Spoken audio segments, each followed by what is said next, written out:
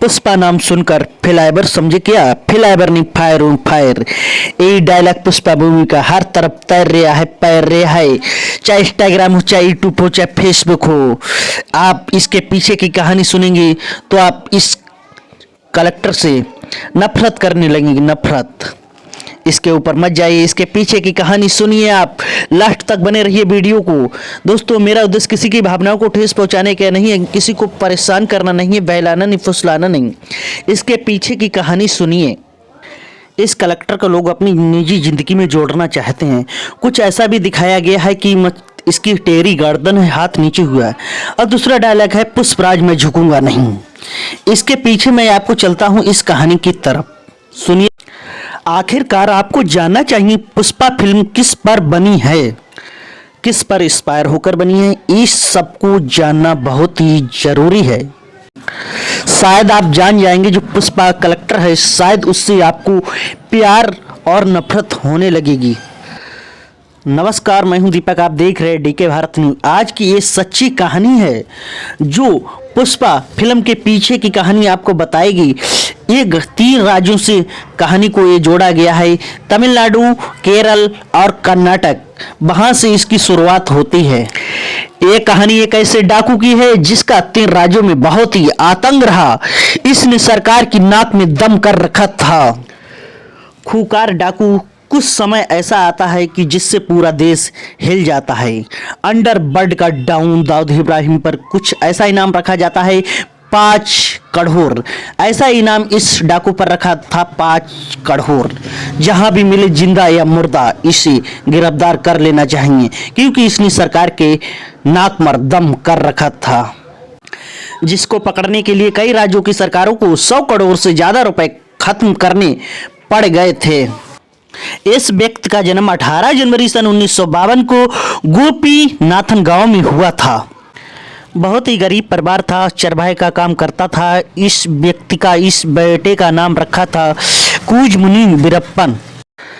साधारण जिंदगी जी रहा है, पापा के संग जंगल में जाना रहता है, खेतों पे रहना रहता है, अपनी जानवर को चराना रहता है, साधारण जिंदगी जीता है। और इसे जंगल की हर तरफ की नाली थी, हर पक्षियों की आवाज भी निकाल लेता था। अगर जंगल में पत्ता भी गिरता था वो भी ये पता लग जाता था इसे, ये पत्ता जो गिरा है वो किस पक्षी की वजह से गिरा है। 17 साल की उम्र में इसने जब पहला अपराध किया था, हाथियों के बीच में मारा था, दांतों के बीच में, जिससे हाथी तड़पा नहीं, बिल्कुल तुरंत मर गया।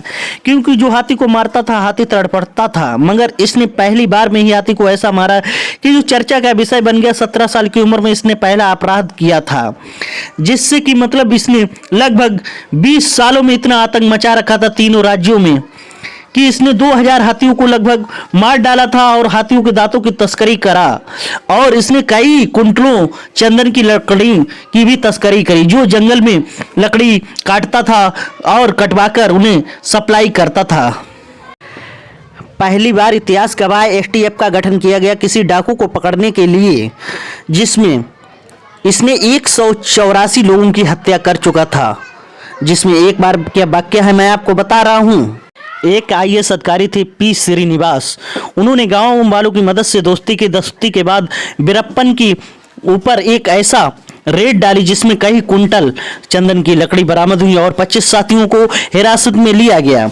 ऐसे इसी बीच वीरप्पन एक महिला से शादी करता है, मिथु नाम की महिला से। इसी बीच जंगल में इसका कोई भी दुश्मन आता था, चाहे पुलिस वाला होता चाहे वन विभाग, उसको मार डालता था। एक बार इसने, एक अधिकारी बताते हैं कि इसकी जो 2 महीने की इसकी एक बेटी थी वो रो रही थी। बताते हैं कि जंगल में अगर कोई भी बच्चा रोता है तो 2-3 किलोमीटर तक उसकी आवाज़ जाती है। इसके लिए उसे डर था कि इसकी आवाज़ किसी पुलिस वाले के कान में ना पहुंच जाए, इसीलिए उसने अपनी बेटी के भी गर्दन दबा दी थी। इसे पकड़ना इसका इतना मुश्किल नहीं था, क्योंकि ये पक्षियों की आवाज़ निकाल लेता था। अगर पत्ता भी गिरता था तो इसे पता लग जाता था ये पत्ता किसकी वजह से गिरा है। बात 1993 की है। गुड फ्राइडे का दिन था। रैम्बो गोपाल दल की बसें 2 जवानों के साथ जा रही थीं। इसे पता था कि मतलब 2 टीमें, 2 बसें मुझे पकड़ने को आ रही हैं, जिसमें इसने साजिश रची।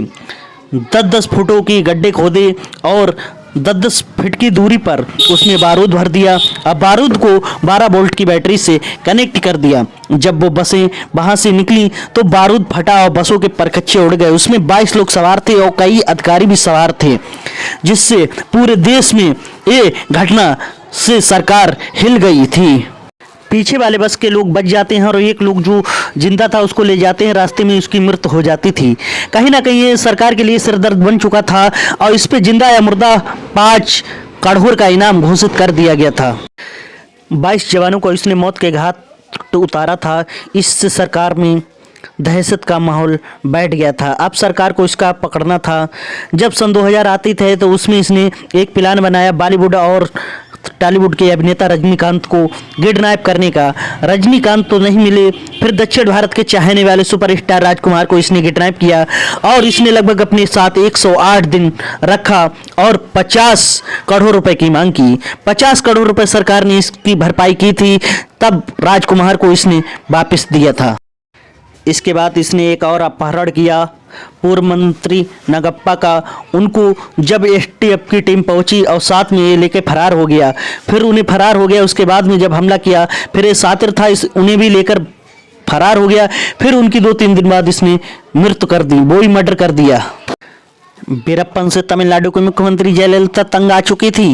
1 जून 2001 का वाकया है। एक आईपीएस अधिकारी थे विजय कुमार। उनके मोबाइल में जयललिता जी का नंबर फीड था अम्मा के नाम। जयललिता जी ने आईपीएस अधिकारी को फोन किया कि आपको सिर्फ एक काम करना है, वीरप्पन को पकड़ना है, जिंदा या मुर्दा। वाकई में तारीफ करने वाले थे जो आईएएस अधिकारी थे विजय कुमार। आईएएस अधिकारी ने अपनी टीम को और प्लानिंग के हिसाब से अपनी टीम को गांव वालों की मदद से वीरप्पन के पास भेज दिया और उसकी सुख दुख में मदद करने लगे, उसके साथ रहने लगे वीरप्पन के साथ। वीरप्पन कोई संदेश पहुंचाता था, वीडियो के माध्यम से पहुंचाता था।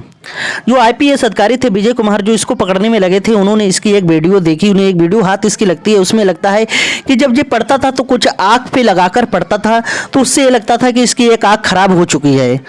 जानकारी के मुताबिक जैसे कि पता लगा था कि उन्हें कि जब ये पढ़ता है, जो इसकी मूछें थी, देखिए आप इसकी मूछें, तो इनमें एक काली डाई लगाता था। काली डाई लगाते लगाते इसकी आंख में पड़ गई थी और इसकी आंख खराब होने लगी थी। तब उन्होंने अपने जो साथियों की मदद से, जो उसके मदद में लगे हुए थे, उनसे कहा इसे आप इस तरह इसके ऊपर प्रेशर डालो कि इसकी आंख खराब हो जाएगी, इसे इलाज कराने के लिए ज़रूरत है। तब उन्होंने इसे इलाज कराने के लिए कहा कि आपकी आँखें, वीरप्पन से कहा कि आपकी आँखें खराब हो जाएगी, इसकी इलाज करवाइए। फिर इसके लिए एक एम्बुलेंस का गठन किया जाता है। फिर एक जाल बिछाया जाता है, एम्बुलेंस तैयार की जाती है। एम्बुलेंस पे लिखा जाता है SKJ सिलिंस हॉस्पिटल। इस एम्बुलेंस पे 4 लोग थे। ड्राइवर हैं जो इंस्पेक्टर बिल्लेदुरई और सर्बानंद। गाड़ी के निर्धारित समय स्कूल के पास रुकने को थी। जब गाड़ी वहाँ पे रुकी और एक संग ऐसा झूला लगा कि सब लोग आगे हो गए। जब चारों लोग उतर के भाग गए, वीरप्पन इसमें रह गया। तभी पुलिस की ओर से आवाज आई, वीरप्पन अपने आप को हवाले कर दे, नहीं तो तुझे चारों तरफ से घेर लिया गया है। फिर उसके बाद में गोली और फायरिंग चलती रही और 20 मिनट चली फायरिंग एनकाउंटर में। ये वाकया है 18 अक्टूबर 2006 का और 348 राउंड गोली चलती। हैरान करने वाली बात यह है कि उस सातिर वीरप्पन को मात्र 2 ही गोली लगी थी, बाकी गोली कहाँ गई, एम्बुलेंस को छन्नी कर दिया था।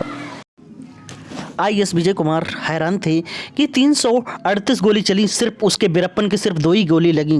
फिर 20 मिनट के इनकाउंटर के बाद में जब देख लिया गया कि हाँ ये मर गया, फिर जो 20 सालों से आतंक फैलाए हुए था, खुशी का ठिकाना नहीं रहा। जब वो मुख्यमंत्री जयललिता के पास फ़ोन लेकर लगाते हैं, उनकी पी उठाती हैं कि मुख्यमंत्री जी को मुझे एक शुभ घड़ी खुशी का समाचार देना है। फिर समाचार मिलता है, जय हिंद वंदे मातरम के नारे लगते हैं, खुशी का ठिकाना नहीं होता है। आज वही इसका जो पुष्पा हिंद फिल्म रिलीज हुई, उसमें इस कलेक्टर का फिर से इसका किरदार दिखाया गया। जो लोग इसकी नकल करने की कोशिश करते हैं, दोस्तों आप वास्तव में इसके अगर पीछे पे जाओगे, इससे इंस्पायर हुई है। अल्लू और अर्जुन इसी से इंस्पायर हुए हैं, इसी पे मूवी है, इसे दिखाने का प्रयास किया गया है। दोस्तों मेरा उद्देश्य किसी की भावनाओं को ठेस पहुंचाने का नहीं है। जहां भी रहो जागरूक रहो, सतर्क रहो। दोस्तों मैं किसी को कोई ठेस पहुंचाने का नहीं है। जहां भी रहो आप खुश रहो। दोस्तों इसकी नकल मत कीजिए। इंडिया में पुष्पा मूवी ने 1 करोड़ का आंकड़ा पार कर रखा है। दोस्तों मेरा उद्देश्य किसी की भावनाओं को ठेस पहुंचाने का नहीं, बहलाना नहीं, फुसलाना नहीं। जहां भी रहो जागरूक रहो, सतर्क रहो। धन्यवाद।